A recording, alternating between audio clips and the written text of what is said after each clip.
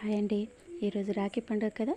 మన అన్నలకు మనము రాఖీ కట్టిగే పండుగ, మనకు వాళ్ళు రక్షగా ఉండే పండుగ. అందుకని ఈ శుభ సంతోషంలో నేను ఒక పాట పాడాలనుకుంటున్నాను. విని ఉండండి, పారిపోకండి. రాఖీ పండగ అంటేనే అన్నా చెల్లెల అనుబంధం. రాఖీ పండగ అంటేనే అన్నా చెల్లెల అనుబంధం. అన్నా చెల్లి రక్షాబంధం. అనుబంధం